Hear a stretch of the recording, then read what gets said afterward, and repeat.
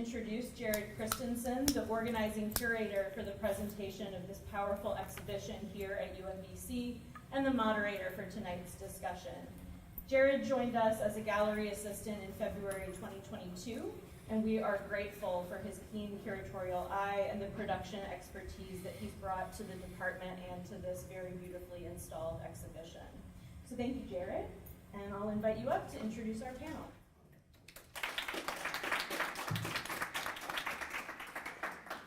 Thank you, Beth, and thank you everybody for coming.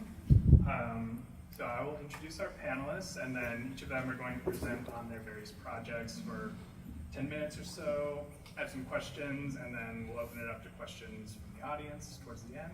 So let's go ahead and get started. So first we have Lorenzo Steele Jr., an accomplished artist, author, and former New York City corrections officer who served 12 years in an adolescent detention center on Rikers Island. During his time there, Lorenzo captured some of the most captivating and graphic images ever taken behind prison walls. He took these experiences and in 2001, started a youth development program which provides workshops, training, and consultation to several New York City school districts. He's been invited to present his work at several colleges and universities and has worked with district attorneys' offices in Brooklyn and Long Island to provide awareness to at-risk youth communities. Lorenzo has received many awards from the Congressional Senate and States Assemblymen for his commitment to community service and dedication to children. He continues to use the power of storytelling through the arts to impact lives. Lynn Cazabon is an artist based in Baltimore, professor of art here at UMBC, where she's also the director of the Center for Innovation, Research, and Creativity in the Arts. She creates multi-part, research-based interdisciplinary projects centered on the intersection of environmental and social issues. She utilizes a wide variety of media and methods in her projects, including community collaborations, public displays, photography, virtual reality, web, and mobile device platforms, audio, and video. Lynn's work has been exhibited nationally and internationally in museums and galleries of public art and in solo and group exhibitions with the Museum of Contemporary Art Bucharest, Science Gallery Lab Detroit, Govett Brewster Art Gallery in New Zealand, 01 Biennial in San Jose, California, the Mattress Factory in Pittsburgh, and with the Art Embassy program, just to name a few. Oletha DeVane is an accomplished multidisciplinary artist from Baltimore who explores diverse political, social identities, and cultural interpretations. She's a passionate advocate for the arts education. Her work is featured in numerous solo and group exhibitions throughout the world, and she has work in permanent museum collections, including locally at the Reginald F. Lewis Museum, which commissioned her to create a video installation documenting Maryland's history of lynching. She is a recipient of the 2017 Ruby Foundation grant and the notable Art Matters grant in recognition of her work involving communities for social change. Articles about Oletha and her art have appeared in Be More Art, Johns Hopkins University periodical, and the Washington Post. And she currently has a retrospective, The Spectrum of Light and Spirit, at the Center for Art Design and Visual Culture here on campus up through December 17th. So if you haven't had a chance to see that, make sure to get by and check it out. That exhibition features a collaborative project with our fourth presenter, Tadia, who's a multidisciplinary executive with more than 20 years of international experience in senior management and media, using design thinking and innovative business strategies. She's an expert in organizational dynamics with diversity, equity, inclusion, and cultural competence at the forefront. She's also a producer and on-air personality with the weekly radio show on the global digital radio station Woman Radio. Tadia has been honored by the City and County of Honolulu, United States Congress, California State Senate, the United Nations Association, and recognized as a Medalist of Honor by the prestigious Ellis Island Honor Society. So, without further ado, I will turn things over to Lorenzo to get us started. Okay, thank you, Beth and Jared, for inviting me to this event. I'm honored. I'm gonna get right to it. My name is Lorenzo Steele Jr. I'm a former New York City Department Correction Officer. From 1987 to 1999, I worked in the infamous Rikers Island. I work with adolescents and adults. So any given day, one day you can work with adolescents, another day you can work with adults. I'm also a professional photographer. I used to take my camera inside of the jail as a photographer, taking pictures of detainees, structures, common areas, not realizing that those same images will be used later on in life after I resigned from the Department of Corrections to keep children out. I started a program called Behind These Prison Walls, where it actually documents where I went from a correction officer to an advocate. Many people ask, what was going on in your mind at that time that you made that shift. It was definitely enlightening. It was something that was never planned, but it's definitely a spiritual dynamic with me, because never in a million years did I think that I would go from an officer, being responsible for supervising detainees, and to go into an advocate. But as a correction officer, I've seen a lot of violence. I've seen a lot of abuse from officers and detainees and inmates themselves. And I can only thank God for allowing me to be there to capture those images that will be and are used in public schools, in economically challenged neighborhoods, to show children the realities of incarceration. This is a picture of me in uniform, 1987 to 1999. This is a photograph right here of me as a prison reform advocate. I actually, let me make sure, double click. Okay, after leaving the corrections in 1999, I just resigned. I just woke up one day and I just said I cannot do it no more. But when I say that, there were several months that I'll never forget. It got so bad with me spiritually that I didn't even want to go to work. Imagine waking up and having to go to work on the 7 to 3 tour and sitting in your car until 10 o'clock, not wanting to go to work. So I really didn't realize what was going on, but God was shifting me to another place where I could share the information that I captured and experienced behind those walls. So after I resigned in 1999, I went immediately into the public school systems in New York City. I volunteered my time, I volunteered my service, just going in those economically challenged neighborhoods in New York City that the majority of the populations come from a particular community. Those are the communities that I went in. I started off with 12 images, just putting them on the blackboard at the time, showing children realities of incarceration. Those images and my personal story actually brought down the violence and the incidents within New York City public schools. So this is an image right here, sitting in an auditorium. There were days I would do assemblies in public schools, having 700 children in the audience without them talking for an hour and a half. And, the teachers and the principals just couldn't even believe that, their children could sit down that long. That's a picture of me right there with the images in Brownsville, New York. Brownsville, New York is one of the most violent neighborhoods in New York City. So imagine me waking up in the morning, putting the images in my van and laying them out on the sidewalk, because people in those communities are not going to go to the art museum. So I bring the museum and the information to the people.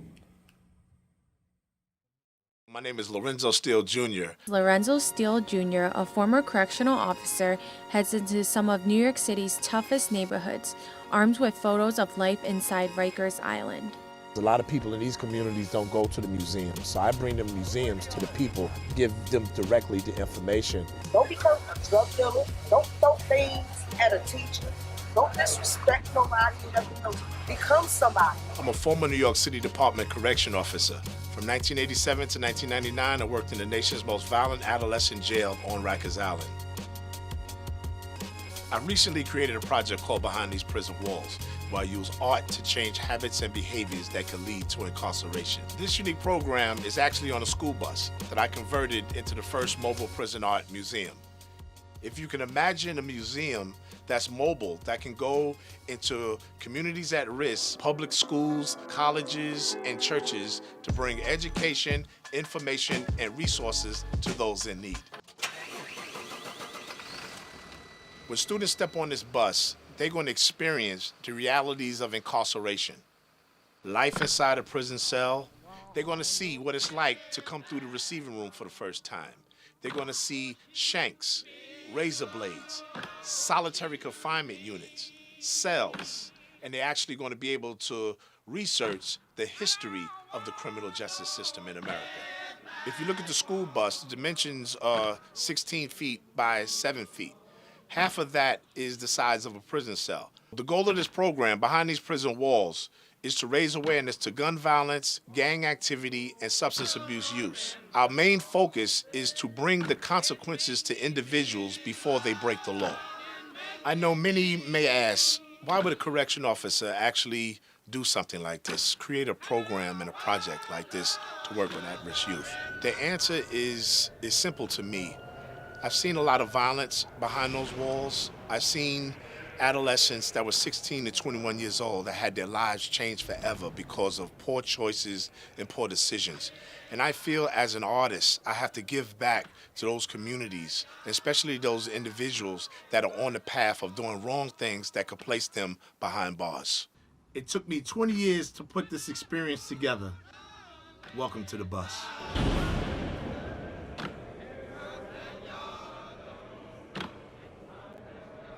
My name is Lorenzo Steele Jr. Okay, and just a little brief. I created a book, actually, what I use inside the same public school systems. Imagine sitting in the ISS room, like the suspension room, listening to children talk, their conversation going on, and listening to their conversation, I realized that there was a lot of information that these children did not know, and so I put this book together and I use it in public schools with the students, and I also have a workbook that goes with that. But I have the book here today. If anybody would like to, to purchase the book, is right there on the side. But I'm very passionate with what I do. Like I said before, God put me in that position to see, to experience, and what I'm doing now is just giving back and trying to stop another generation from going through the criminal justice system. Thank you.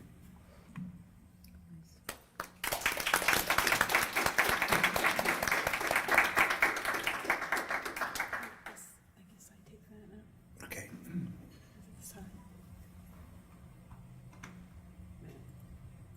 My name is Lorenzo. Okay. Hello. Can you hear me? Okay. Yeah. So I'm going to talk about my project, Portrait Garden. So Portrait Garden is a metaphorical garden of portraits of 11 women incarcerated at the Maryland Correctional Institution for Women, which is a multi-security prison in Jessup, Maryland, between Baltimore and Washington, D.C.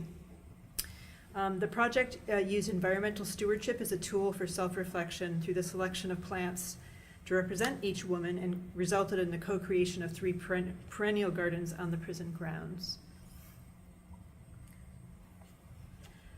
Throughout history, deprivation has been used as a tool of punishment for incarcerated individuals.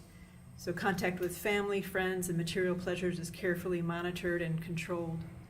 And this also includes the deprivation of a connection to the natural environment, of direct experiences with sun, rain, wind, snow, plants, and animals and insects. So at the core of Portrait Garden was the premise that people are enmeshed within the natural environment in which they live, and that fostering responsible stewardship of that environment will lead to positive results for the physical, psychological, and spiritual health of those involved. So from the outset, I wanted Portrait Garden to enrich the lives of the incarcerated women I was working with, and also to improve the local ecosystem. This is a photo I took of the truck that I borrowed to bring the plants in the morning of planting the garden.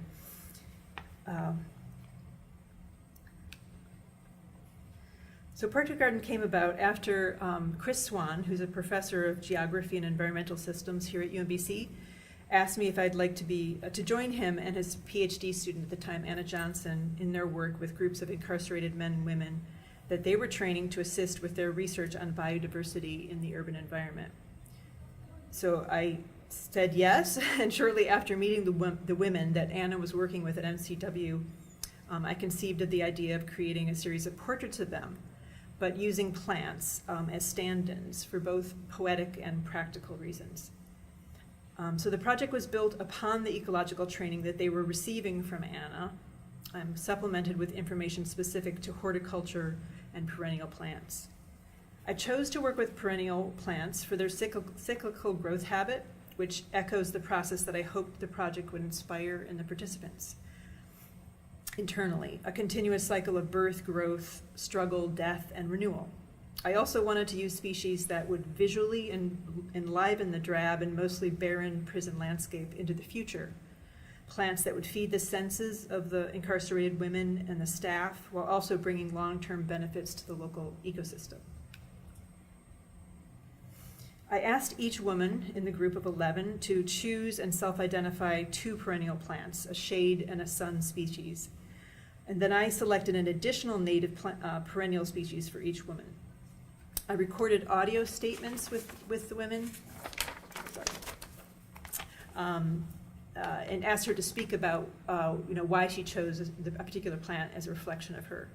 These statements included details about each woman's past, their life prior to incarceration, as well as their current life in prison. So I provided the plants that the women chose. There were a few exceptions. For example, one woman chose morning glory, but that was not allowed by the prison because it's a vine and it couldn't be accommodated in the gardens we were creating. Also, it's an annual, it's not a perennial. That was just a side thing. And most importantly, its seeds release a hallucinogenic compound when chewed. And so the the warden didn't like that. So we planted the gardens in fall 2013, and the following spring I returned to photograph the plants as they emerged. In between, the women tended the gardens.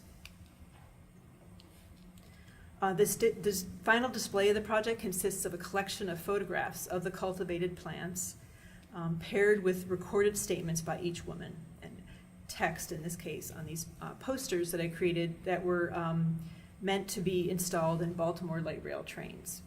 The text is an excerpt from the recorded statements, and the QR code that you see plays the full recording. You can play that.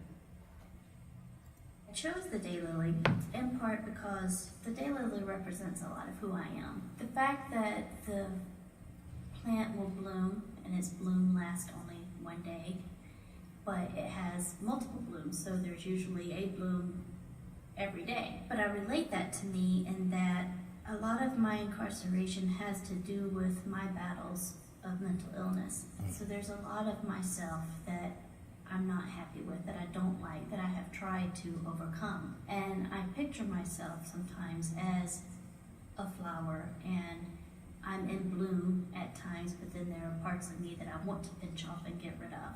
And so as the daylily bloom closes up and dies off, it makes room for additional blooms. And so I look at that and compare it to my life in such a way that as I am growing, I am pinching away some of the dead, ugly parts that I don't like about me, and it is opening windows and doors for me to bloom and become more of who I want to be, more the pretty plant than the dead one.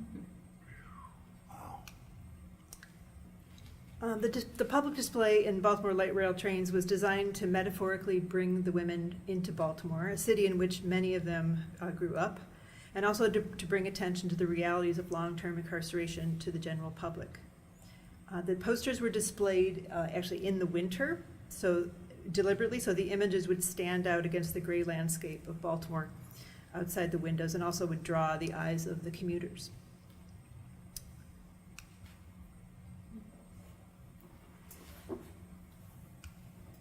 And also the place where they're put, of course, usually has advertising. You probably got that. I also displayed the project in January of 2015 at MCIW, along with also artworks by the participants. So it was a very short little display and reception for the women. I also have a book of the project over there, and I'm giving out free copies to anybody who's interested, who stays long enough to the end. Thank you.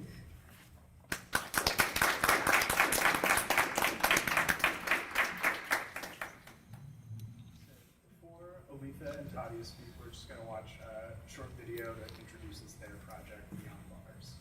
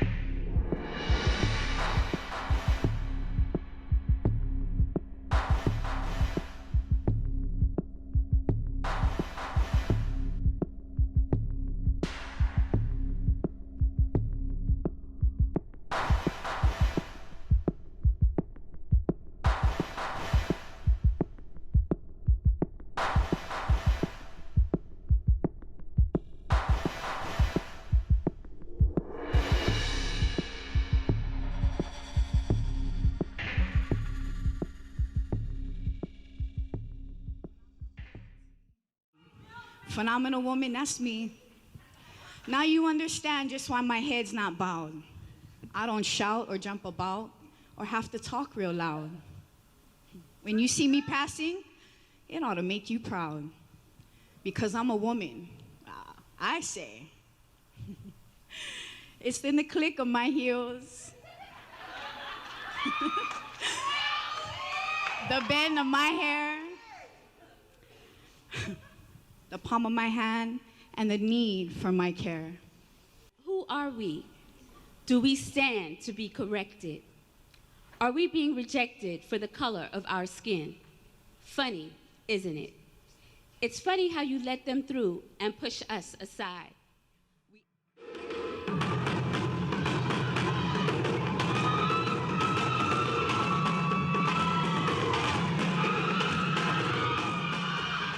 Stripped as bare motherland. Gone is your pride by another's hand. Crossing oceans on slave ships. To the highest bidder and your heart rips. You're begging and pleading your master's whips. Counting lashes and your blood drips.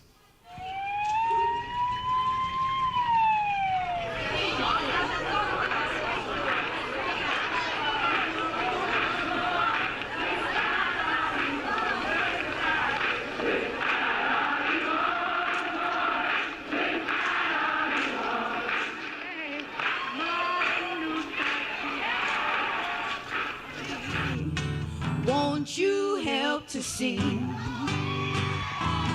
these songs of freedom? It's all I ever had. Redemption song.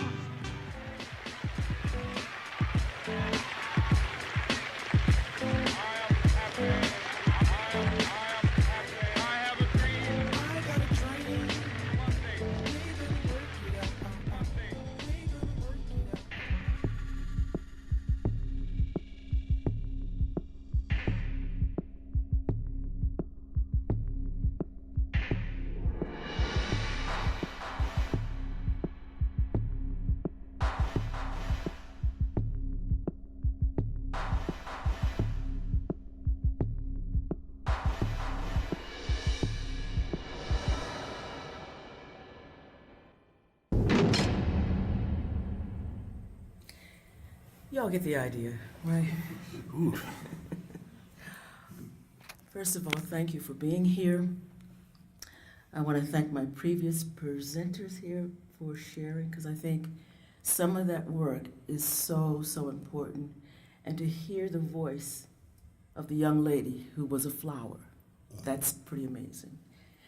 I've known Tadia since I was 15 years old. This is my sister, all right? We've always claimed our relationship in that way. She has been a social activist as long as I have known her.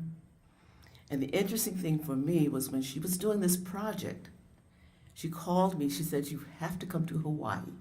I'm thinking, sure. I didn't even know what the project was. It was enough to come to Hawaii at that point. But when I got there, my job was something that I totally never expected, and that was to go into the prison and meet the women that you just saw in the photographs and ask them to pose for us for what I call the Hecate pose, where you are looking forward, backward, and to your side. We had horrible lighting. So forgive whatever, Lorenzo, any photographic process that I used was just, fairly basic. But the idea was to meet these women and to actually talk to them and to figure out who they were, because that has been something that I've often thought about because of my own family. Tadia has been an incredible inspiration for this project, and she should talk about it. I wanted her to talk about it. It is in the exhibition that is in the Center for Art and Design and whatever. It is part of that exhibition, and if you go in, you'll get a more intimate understanding of who these people are, because we know that in many cases, there are things that are going on in their lives that we have no idea what got them there. And it's a whole issue around compassion. And many of you know that it's very difficult when somebody, if you go and see one of the people in this exhibition, how do we pull that part of ourselves into relationship to that person? I'm going to let Tadia talk about the project because she was instrumental in pulling me in on this particular idea of beyond bars. I told her just now that I hated the music, but I love her, so go for it. I'm very happy she loves me. I wouldn't want to be on the other end of it. I too want to thank both of you for what you have done and what you have shared. And I have so much more to talk to you about. Beyond Bars, Prison Women Speak was a 10-year project at the only women's prison in Hawaii. When I went in, I had no idea what I was doing. One of my friends was the chaplain. I met her. I said, why do you go in there? Why do you do this? Why do you waste your time? You know, these are throwaway people. They did a crime, let them do the time. They're wasting my taxpayer money. I did. I said that. She said, well, why don't you just come in and meet the women? I said, I don't really, it's not my thing to do prison. And so I went with her. And in that day, my life changed. And there was a spiritual awakening in me that said, you could be them. You could be here. One bad decision, and you would be them.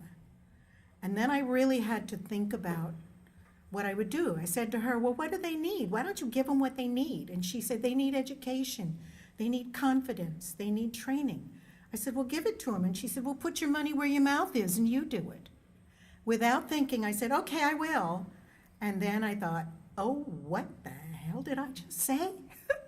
So I made a commitment and I had to act on it, and I really didn't know how. I'd already trained leaders and CEOs. I'd never trained prisoners. I'd never trained people, female felons. My life changed with this project. And as Oletha spoke about compassion and understanding, I had to really go deep inside and figure out who I was after getting to know who they were. So with that said, I spent 10 years eventually creating a dramatic performance that, as you saw, that was for Black History Month. We did 2 shows. They were broadcast on the public access stations in Hawaii. The women wrote their own shows. The women said what they wanted to do. Many were afraid to speak. Nobody wanted to be on camera. They were shy. They were afraid. They wanted to be anonymous. They didn't want people to know who they were. They were full of shame. They were broken when they got there, and the prison broke them more. And those of us on this panel know that. And so what do you do with broken human beings? When you realize you're broken, it's not so hard. So I then designed how to create a show for them to participate in. They were involved in every bit of processing, from lighting, from writing, from dancing. They choreographed their own dances. They picked their music. They created their show, and that gave them tremendous empowerment. And that was the point: build confidence, build self-esteem, develop confidence, so they would take the next step and go further in uplifting their lives, in preparing to leave so that they could be of value to their families and their children first, and then to society. So those 10 years were very full, very difficult. When I brought Oletha in as a guest artist, it was the first time ever that the prison, and it was the last time ever, that the prison allowed me to bring in a camera. And I'm telling you, we shot all of this in probably less than an hour. There's 5 interviews you'll see in the gallery at CADVAC. And we had to hurry because we knew the ACOs, the guards, were going to shut us down. They didn't want the truth told, and they didn't want us exposing all of the failures of the prison system, especially in Hawaii, which is a very different situation than continental facilities. It's state-run, it's not federal. It's poorly budgeted. They've actually cut the budgets 10 to 20% every year. When COVID happened, everyone got COVID. There was a horrible health non-response. These are women we're talking about. Women are very different than male incarcerated. Women have children. Women are women. Women have different health needs that men do. When you don't have hygiene products in a facility, what do the women do? When you have rape and molest as a common occurrence, what do you do? When you realize that the most valuable commodity in prison is a breakfast bar, you will barter your body for that breakfast bar because the food is so bad and you don't have breakfast bars, and they become very important. More important than cigarettes, more important than marijuana, more important than any kind of contraband you can bring in. Putting it in context. Now, after 10 years, we've just moved beyond bars into reentry. We're now a reentry program, and things will shift, and so we're involved in grants and funding and trying to get on our feet with outside the facility, because I couldn't take it anymore after 10 years. I do want to just share a few statistics to you, again, to show you how different Hawaii prisons are, and this is only pertaining to the women's prison. There's only one prison for women in Hawaii. They all go to the same prison. The facility is 72 years old. It's dilapidated. It is overcrowded, and it is deteriorating. It was built in 1950 as a youth facility. It now houses 258 beds for more than 300 women. These women are pretrial and sentenced, maximum, medium, and minimum. So custody levels, if you're familiar, A to D. The incarcerated rate of women in Hawaii for non-violent drug offenses is now outpacing that of men. The majority of women in Hawaii prisons are all of color. Very, very rarely do you see a white woman. African American, Pacific Islander, Hispanic, Native American, of color, Filipino, everywhere from Polynesia. It's very different than being on mainland America. These women come in with cultural needs, often language barriers. And it may be for a small offense, maybe shoplifting, and they didn't know the value of what they shoplifted. Maybe they got in a car. Many of the women had second-degree manslaughter charges because they were drunk. And their friends were in the car, and they got in a crash, and their best friend, riding shotgun, died. So not only did they lose their best friend and the guilt that came with that, they get a mandatory 20-year sentence in Hawaii. Mandatory 20, don't care what you do, steal a car, shoplift, get publicly drunk, any kind of violation, 20 minimum. It's very hopeless for many of the women. Native Hawaiian women represent 44% of incarcerated women, yet the population is only 20%. Huge issue. Race is a deal in Hawaii. Maybe we look like a rainbow nation. Underneath, it's not. The dynamic of women inmates fosters rape and molest by male guards. Rarely do you see a female ACO, adult corrections officer. Intimidation and threats. There's a national PREA standard, which is the Prison Rape Elimination Act of 2003. It is violated continually. And what do? They slap the hands of the guards. If they can prove rape, maybe the guard gets fired, but usually it's a boys' club all the way through administration from the warden on down. Women are not present in the administration. The risk of victimization and abuse is sky high. Women's health issues from gynecological to anything that women deal with is not met. It's a major problem. When COVID hit, everybody got COVID. And the ACOs, the guards, protested and filed union grievances because they didn't want to wear masks. And many didn't. And it was months of COVID before masks were mandatory. And in so doing, all the women got COVID. One died. In the men's prison, several died. That's another issue, but I won't address that.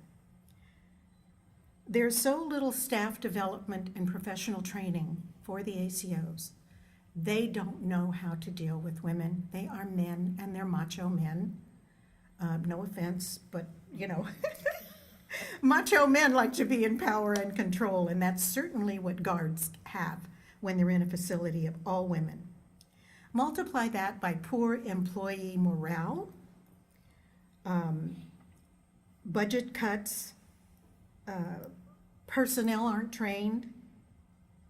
The population profiles is that 80 to 90% of the women are mentally ill. They have long-standing substance abuse and addiction histories. So now, Beyond Bars is going outside to reentry. After 10 years, I know a lot of these women well. They get out. While I was in the prison, I was not allowed to see them, talk to them, know anything with their families. I would have been arrested, believe it or not. I would have broken a law as a volunteer, unpaid, in the prison. And so now, Oletha and I have decided we're taking it outside. We're going reentry. We'll give them more job training. We'll give them more opportunities. Yeah, it's going to be hard. It's going to be expensive, and you know we're facing that. But I never thought I'd be an artist or be in the gallery or be doing this with my sister, collaborating. But now that I am, I see the value of it. And that bus of yours. That's fabulous. Oh, honey, I got plans now.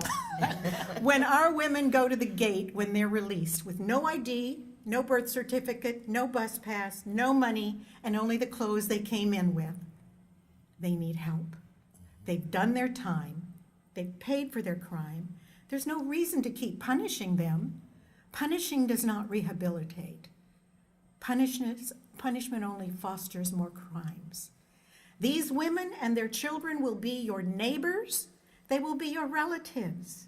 It behooves the public interest to ensure that these women can become productive, tax-paying citizens and raise their children so that the children do not continue that culture of criminogenics, of criminal acts, of criminal consciousness. It's all about education, training, and acceptance. So that's what we do. Thank you.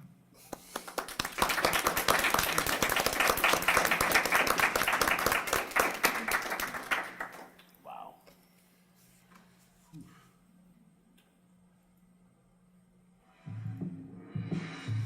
Okay. She hates the music.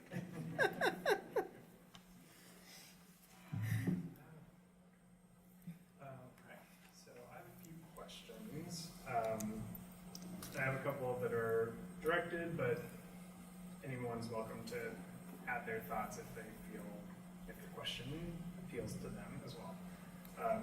So first for Lynn, when I read through the book of Portrait Garden, I was really moved reading the various interviews, and I was wondering if you wouldn't mind sharing a specific moment from one or more of the interviews that caught you off guard or that has stuck with you in the time since you did the project, and then also if you could give us an update on the project's impact, such as like, are the gardens still maintained? Have you stayed in touch with any of the women, etc.?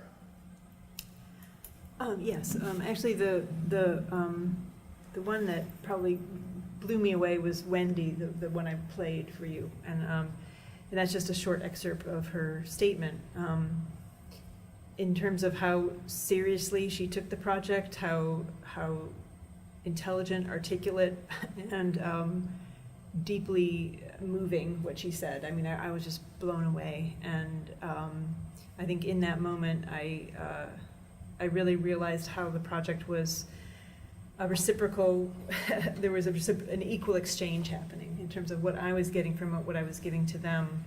And that was what I intended was, to give them the plans and have them enjoy time outside. But then also there was just so much more that I learned from speaking to these women and getting to know them. And I was really struck by what Tadia said. I definitely had that same awakening in this project of realizing this could be me. I could be in their place just like that. I mean, it's they're no different than me. And then you asked about the afterlife of the project. Well, as far as I've learned, the gardens we created in 2014 they don't exist as such. Gardens change obviously, but I did learn that the prison did expand their gardening program following this work that both I and Chris Swan were doing with the prison. So they really have a lot more opportunities. A lot more women can be involved in the gardening. A few of the women have been released. 2 of them I've been in touch with, I certainly offered to all the women that they could get in touch with me, but 2 have sort of maintained contact and have been released. So. For Oletha and Tadia, I was wondering if you wouldn't mind talking a bit more about the process of creating this production within the play, like how the women found their roles. Was it sort of this organic process, or were they assigned roles, or just a little bit more about the logistics? And then also, similar to Lynn's question, like if you wouldn't mind sharing something that you felt was particularly noteworthy with your interactions with these women, or like one thing a little bit more focused that stuck with you. You want to take that? I'll take it for a little bit of time. Okay. When I think about the project itself, we had to go in literally under Tadia's direction because she had set up a majority of how moving past what I call the bureaucracy.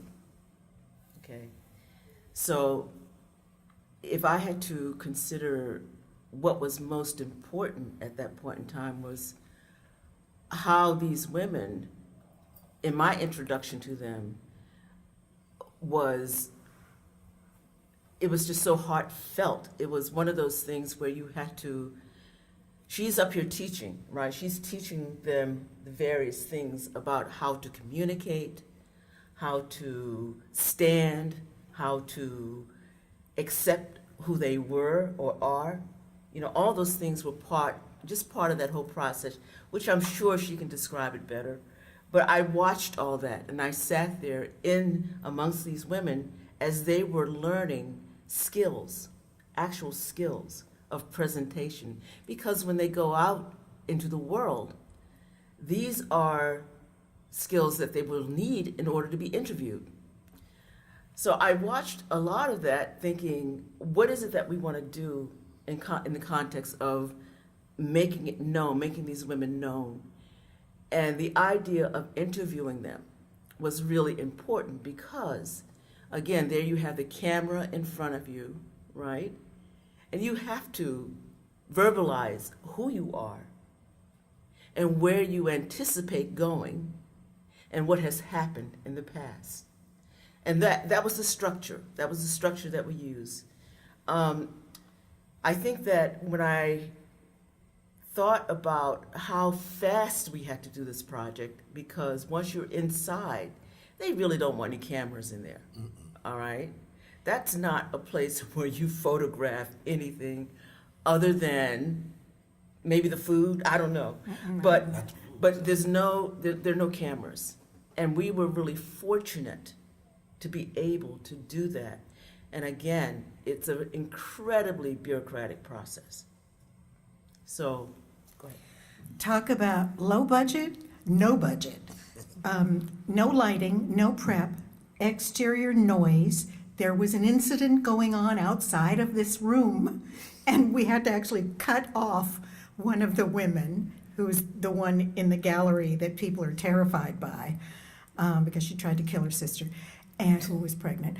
And we had to rush. We had to try and get the women to say the things we needed. Oletha had the vision. I did not have the vision.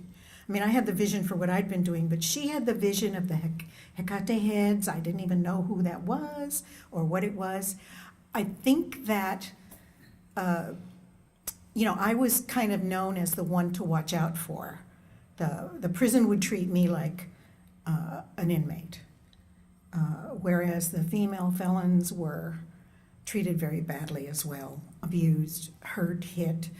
And I was threatened one day by a female ACO, the only one that was there. She said, "Stand over there." And I said, "Why?" She said, "I'm going to write you up." And I thought, what? You going to write me up? I'm a freaking volunteer. Wait a minute, I'm doing this for nothing. So as it ended up, then as the project began to develop, we started making real interviews, supplementing what we could shoot inside with stuff we could shoot outside. All of the women touched me. One threatened me. I mean, it wasn't a piece of cake working inside of a prison. It was dangerous at moments. But you're so impassioned and devoted to help these women that you just do. And I forgot what you even asked. Well, Jared. I thought about Dione. Oh yeah, tell them about Dione. Dione is One of the videos in the gallery. in one of the videos in the gallery, a transgender woman who, No, not transgender. I'm sorry, Two spirit, actually. what is that? Two gender. Two gender, but it's something you guys probably know. I don't know. I know she was intersex. Intersex. There you go. Born with both organs. And so she got thrown into the male prison, at one point, and she was raped and nearly killed. And she kept insisting, I don't belong here. I don't belong in this prison. She tells her story with such incredible light, which is why I wanted to use that video in the exhibition. And she's a singer, a performer, and if there was anyone that touched me, it was her, because her engagement with the whole process was from beginning about where she was, where she had, how she saw herself, and then how she transformed herself. And it's a really incredible process to see her come to that point where she is performing all over the country. She's a performer. If I might just say, my one was Tiana, who's the first picture as you go into the black box room where the video is playing. Tiana has been in prison since she was 12. She came from a horrible family situation, juvie hall at 12.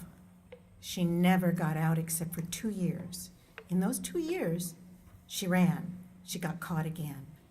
She ran again. She got caught again. On an initial short charge, she has done 9 years. The girl didn't even know who she was. No education, because not everybody gets a GED in prison. She was 12.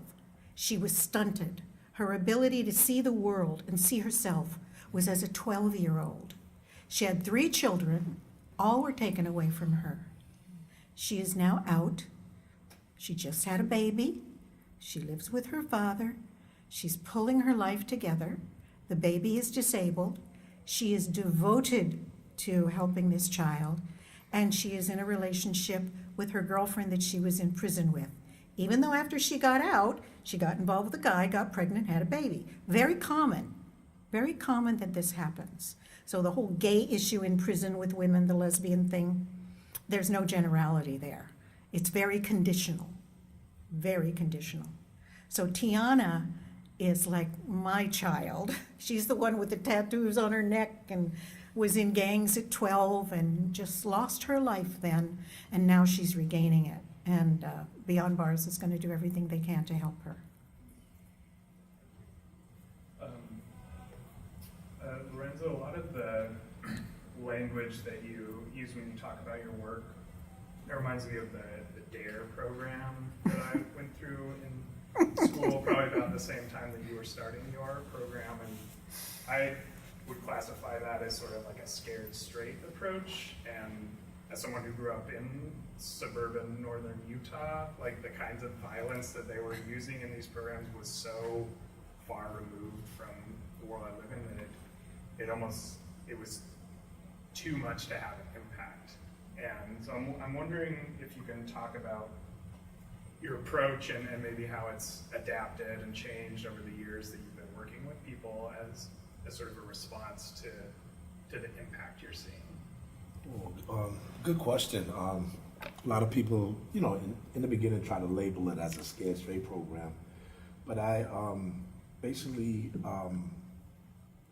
I supply and inform and give information that can help you make better choices and better decisions. Can you use the mic, please? Thank you. Yes, my program basically provides information that can help you make better choices and better decisions. It was never meant to scare. At an early age, I was always a reader, so I knew a lot. I knew more than others, and they always say information changes situations, and information gives you power.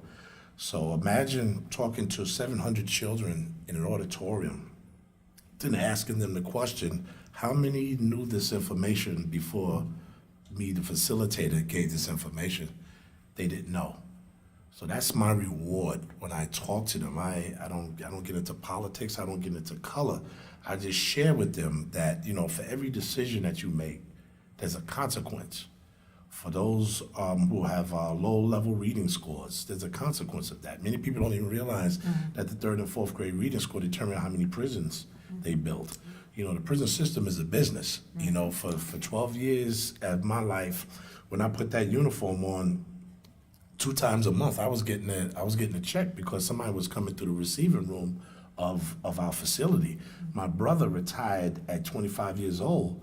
As a sergeant in the NYPD, he was getting the check 2 times a month every time he put on a uniform. So, we have to, I share with them that, and not just children, but just educators as well, because they don't even realize that, if we can't reach these children at a young age, we're almost assisting the criminal justice system supplying the next generation of prisoners.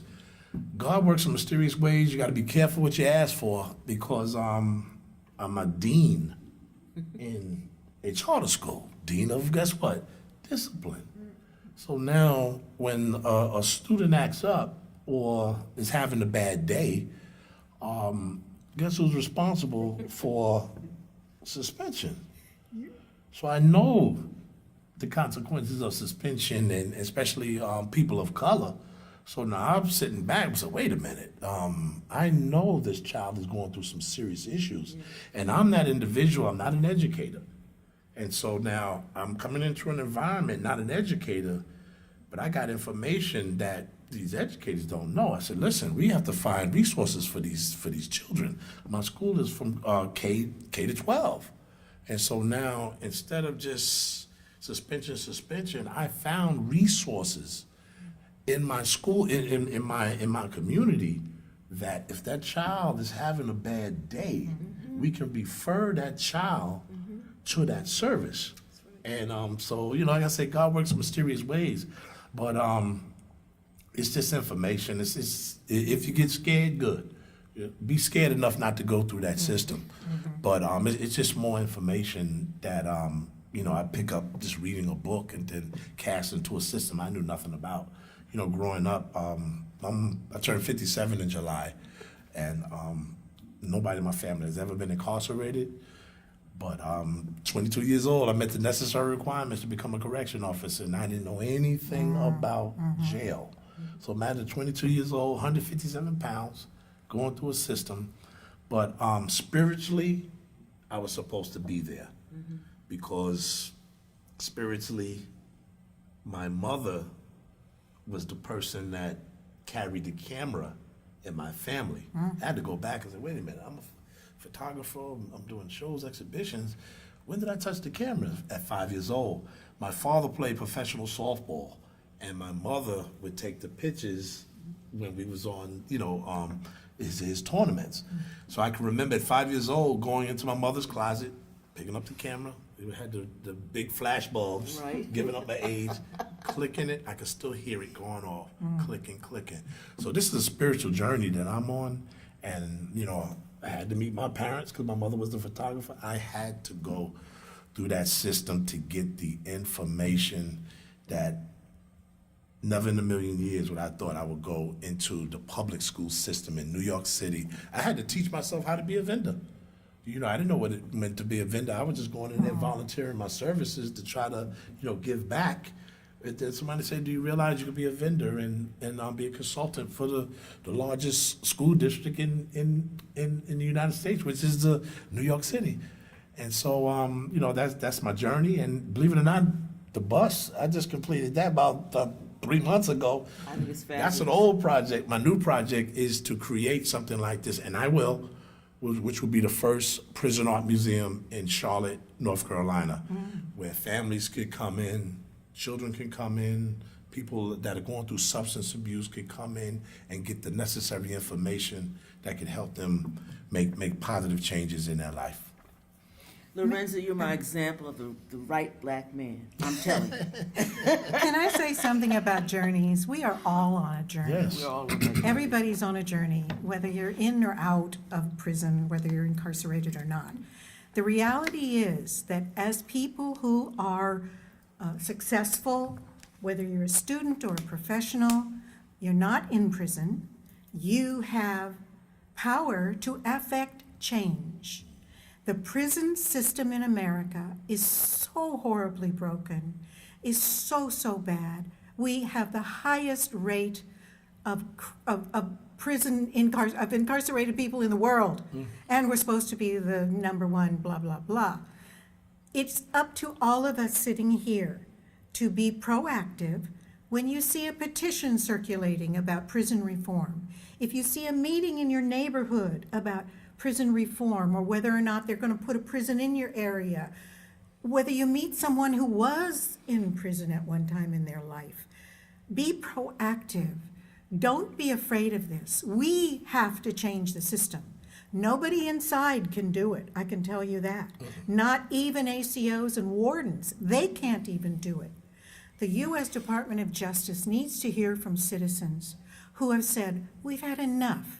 We're not buying the stereotype that all black men are absent fathers. We're not buying that all women are prostitutes. We're not buying it. Offer rehabilitation. This is what is the last thing on the minds of prisons, is rehabilitation. In my view, I think a prison should be a hospital with a college in it, or a high school in it. There are so many mentally ill people in prison, it's not changing factors in their lives or ours. They aren't getting fixed. They aren't getting help. They're not getting healed. And they're paying for everything they get. Yes. Everything. The tampons. Yes. All right. Phone calls, $5 a minute. Phone calls, everything. It's exploitation of the most vulnerable people outside of being a disabled individual on the outside, and we have disabled on the inside who have died. I mean, there were 3 suicides in the 10 years I was at WCCC. And why were they suicides? Because the women were put in an air-conditioned room with a hospital gown, a mattress with no sheets or blankets, and nothing else. No TV, no nothing. Doesn't exist in Hawaii prisons. It isn't like federal private prisons. This is like the minimum you get. And if you are already depressed and you've already been in a confrontation and you get punished for a confrontation or punished for whatever. One of my girls was wearing lipstick. They put her in solitary. They put her in the cage, and she wanted to commit suicide. And the girls that did, they hang themselves with a bra, They hang themselves with a sheet that's put out at night for when they sleep in an air-conditioned room where they freeze. They can't talk to anybody. If you really believe that the guards and ACOs watch people every 15 minutes, no, they don't. You sleep. They don't. They're They're playing sleeping. games, they're They're sleeping. sleeping, they're doing whatever. When you're in prison, at least in the state of Hawaii, there is no internet, there is no cell phone, there is no communication with the outside world. Rarely is there TV to watch only certain things. So know that, yeah, people have done something wrong or bad. It may not be as bad as it's made out to be, frankly. I mean, shoplifting is okay. Shoplifting, you shoplift, okay. Pay for it. Find a way to pay for it. Don't go do 20 years, you know, in a dilapidated facility where you eat nothing but carbohydrates 3 times a day. No snacks, nothing healthy. Nothing healthy. I want to be sensitive to our time and make sure that we've got some time to like mingle afterwards, but does anybody in the audience have a question, general or specific? So I so appreciate everybody's sharing everything, and what you said, we have the power to get involved. So I'm a musician, I teach here in the music department, and I would like myself as well as my students, our students in the department, to be engaged in some way. What is all your advice on for us on how to get started, and maybe things to keep in mind as I'm in the planning stages, but any wisdom, advice you could share, we appreciate it. Can I say there was at one time, a program in the prison for the arts. And there were poets who went in to teach poetry. There were performers who went in to teach acting. There's several prisons that are still doing that. And so when I think about the arts and its ability to reach others, to me, that's where you begin. So you don't have to carry a camera in, but you can carry yourself in with your talent. That's it. Great answer. I would say, despite the bureaucracy that you will face, and you will, you know, your governor is married to First Lady is an artist herself.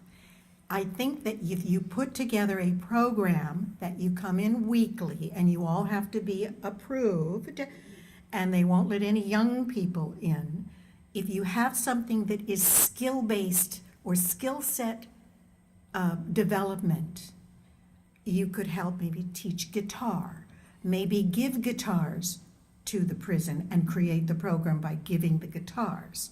You can't do piano, you have to do ukulele or guitar, something very small that you can carry in. They may or may not let you keep it. Think it through first. Talk to former incarcerated people.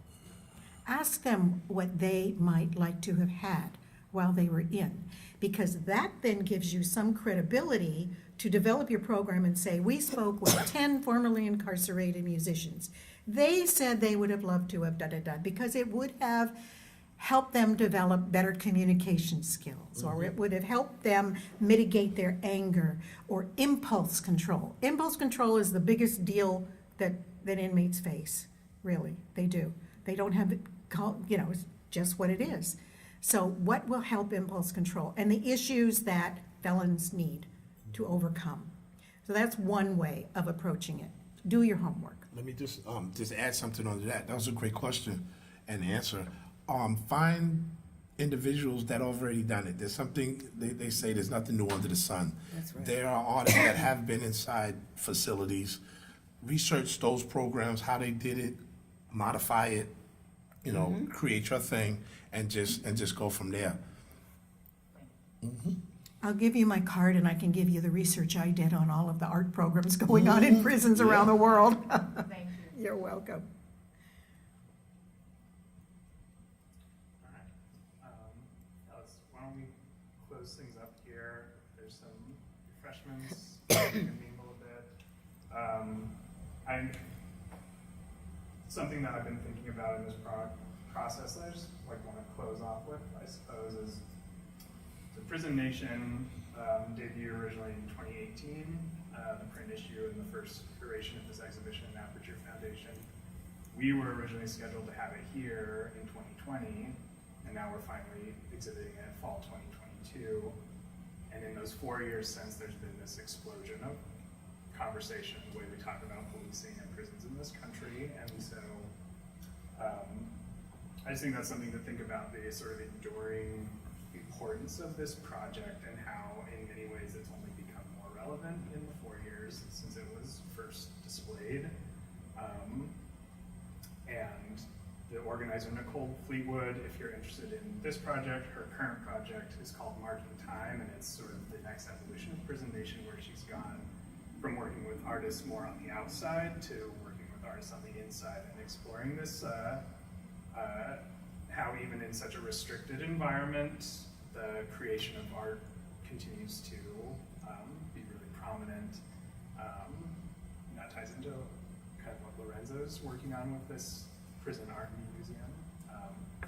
So just some thoughts to close things out with. Thank you all so much for coming out, and thanks to the four of you for sharing your projects with us.